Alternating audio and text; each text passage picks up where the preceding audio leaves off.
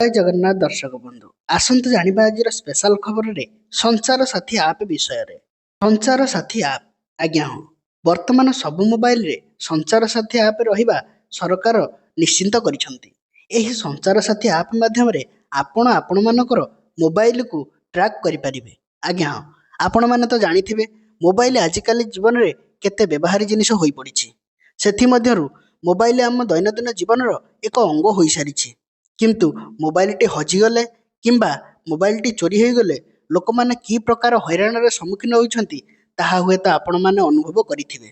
ଆସନ୍ତୁ ଜାଣିବା ଏହି ମୋବାଇଲର ସୁରକ୍ଷା ନେଇ ବର୍ତ୍ତମାନ ଗଭର୍ଣ୍ଣମେଣ୍ଟ ଅଫ୍ ଇଣ୍ଡିଆ କେତେକ ଜିନିଷ ସ୍ଥିର କରିଛନ୍ତି, ଏକ ସଂଚାର ସାଥୀ ଆପ୍କୁ ଲଞ୍ଚ କରିଛନ୍ତି। ଆସନ୍ତୁ ଜାଣିବା ଏହି ସଂଚାର ସାଥୀ ଆପ୍ ବିଷୟରେ। ଯଦି ଆପଣଙ୍କ ମୋବାଇଲଟି ଚୋରି ହୋଇଯାଇଥାଏ କିମ୍ବା ହଜିଯାଇଥାଏ, ମୋବାଇଲରେ ଆପଣ EMI ନମ୍ବର ଦ୍ୱାରା ପୋଲିସ ଷ୍ଟେସନରେ କମ୍ପ୍ଲେନଟି କରନ୍ତି। କିନ୍ତୁ ତାହା ମିଳେ କି ନ ମିଳେ ସେ ତ ପରବର୍ତ୍ତୀ କଥା, କିନ୍ତୁ ବର୍ତ୍ତମାନ ତାହା ପାଇବା ଅତି ସହଜ ହୋଇଯିବ।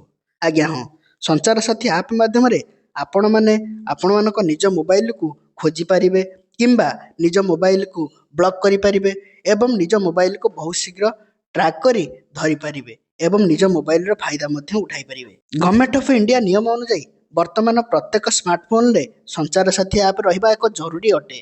ଏହି ଫୋନ ଭାରତରେ ନିର୍ମିତ ହେଉ କିମ୍ବା ବିଦେଶରୁ ଭାରତକୁ ଆସୁ, ଏଥିରେ ସଂଚାର ସାଥୀ ଆପ୍ ରହିବା ଏକ ନିଶ୍ଚିନ୍ତ ଅଟେ।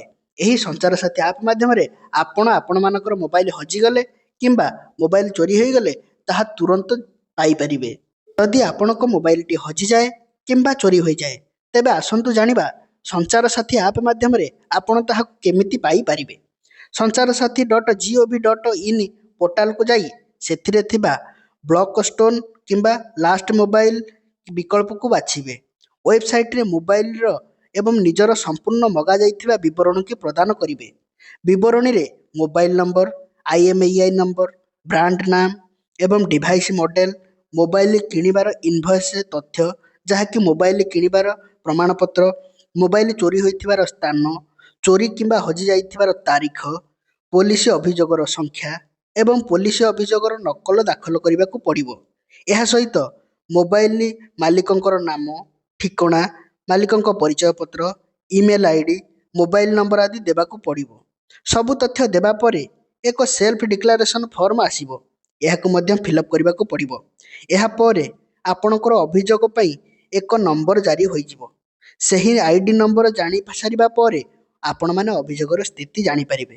ତେବେ ସଂଚାର ସାଥୀ ଆପ୍ ସାଇବର ଅପରାଧ ରୋକିବା ଦିଗରେ ଆଉ ଏକ ନୂଆ ମାଇଲଷ୍ଟୋନ୍ ହେବ ବୋଲି ସରକାର ଆଶା ପ୍ରକାଶ କରିଛନ୍ତି। ତେବେ ସଂଚାର ସାଥୀ ଆପ୍ ଲଞ୍ଚ କରି ଗଭର୍ଣ୍ଣମେଣ୍ଟ ମୋବାଇଲ ଉପଭୋକ୍ତାଙ୍କ ପାଇଁ ଏବଂ ମୋବାଇଲ ବ୍ୟବହାର କରୁଥିବା ପ୍ରତ୍ୟେକ ଗ୍ରାହକଙ୍କ ପାଇଁ ଆଉ ଏକ ସୁରକ୍ଷାର ପାଦ ଆଗକୁ ବଢ଼ାଇଛନ୍ତି। ଆସନ୍ତୁ ସଂଚାର ସାଥୀ ଆପ୍ ଡାଉନଲୋଡ୍ କରିବା ଏବଂ ନିଜ ମୋବାଇଲକୁ ସୁରକ୍ଷିତ ରଖିବା।